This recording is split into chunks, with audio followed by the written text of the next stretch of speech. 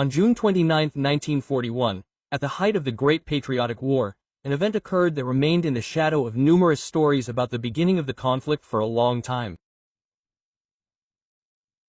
Despite its importance, this story did not become a topic for deep analysis for a long time. On this day, as the legend goes, Joseph Vissarionovich Stalin personally visited the People's Commissariat of Defense and the General Staff to sort out the situation that threatened the future of the entire country. Military defeats on the Western Front, the seizure of territory, the lack of shells and weapons. This entire catastrophe could not leave the commander-in-chief himself indifferent. However, Stalin's reaction to what was happening was much brighter and harsher than one might expect. Marshal of Victory Georgy Zhukov, who later mentioned this visit with restraint in his memoirs, said that Stalin arrived at the drug addicts and the headquarters of the General Command twice. Each visit was accompanied by a violent reaction. Moreover, both times Stalin expressed his extreme dissatisfaction with the situation in the Western strategic direction. His anger, as witnesses claim, was so strong that the air was literally filled with tension that could explode at any moment. The need to find out the reasons for Stalin's concern was obvious, but the way events unfolded could not leave anyone indifferent. That day became a turning point not only for military history, but also for the personal fate of one man who accidentally found himself in the center of this ominous event. Once at headquarters, Stalin found himself in a state of complete bewilderment and anger. This was not just irritation. In his eyes there was calculated calculation, determination and a feeling that the country was on the brink of disaster, and the troop command and control system was on the brink of collapse. Stalin demanded a real report from the military leaders on what was happening at the front, but the one who was supposed to answer his questions was not ready. When Stalin demanded that the chief of the General Staff report on what was happening at the front, the answer he expected did not follow. In fact, it turned out that the General Staff was not able to give a clear report on the state of affairs. The Chief of the General Staff could not provide accurate information, which, of course, caused a storm of emotions in Stalin. The problem was that communication with the Western Front was completely lost. Contact with the Western Front command was not only weak, but also virtually absent. Stalin was not just disappointed, he was stunned.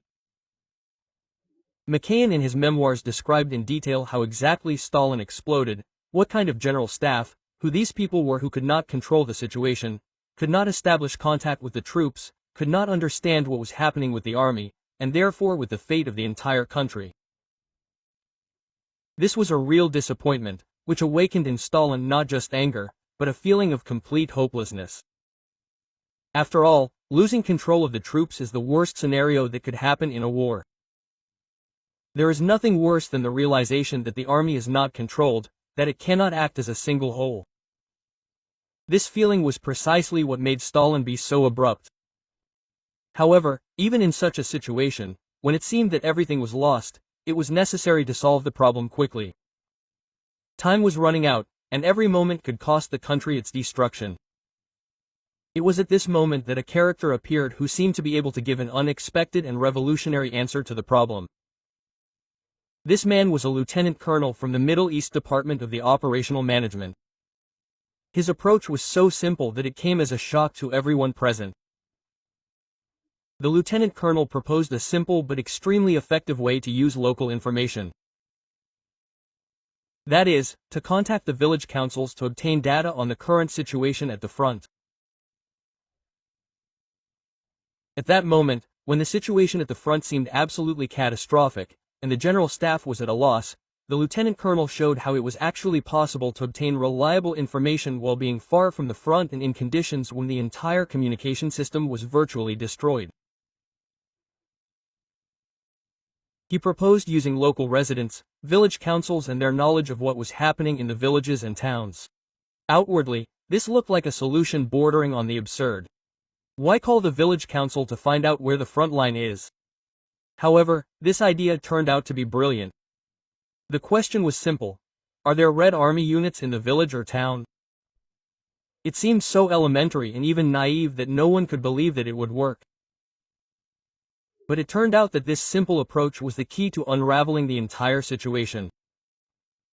Village councils in Belarus and other parts of the Western Front began receiving calls with a simple question. The answers, of course, varied. In some places, they did not pick up the phone, in others they answered in German, and in others, villagers in despair said that the Nazis were already in their villages. And these answers turned out to be very valuable. Having collected all this information, the lieutenant colonel and his team were able to recreate a map that, surprisingly, accurately reflected the current front line. The information was obtained quickly and without any high-tech means.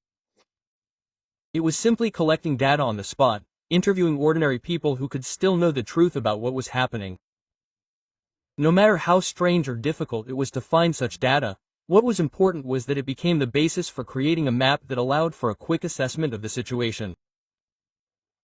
With these simple but correct actions, it was possible to find out exactly where the front line was, and therefore to assess the degree of threat the country was facing. This discovery was a real turning point for headquarters, and the solution was as quick as the lieutenant colonel's unexpected question. Stalin may not have been known for his gratitude, but this case was an exception.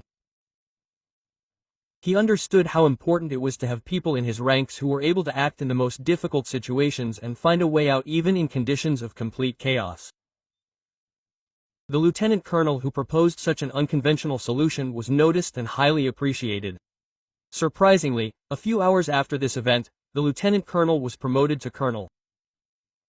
This promotion was a symbol of the fact that Stalin valued not only professionalism, but also intelligence, a willingness to make unconventional decisions. But this was only the beginning of his career. In November 1942, after a difficult assignment, Lieutenant Colonel Sbieri became a major general, and in April 1943, at the age of only 40, he was already appointed lieutenant general. This unusual career advancement was a recognition of his outstanding abilities. However, this man, Army General Sergei Shtimenko, became not only the hero of this incident, but also an important figure in the post-war history of the USSR. However, Shtimenko's career was not so stable.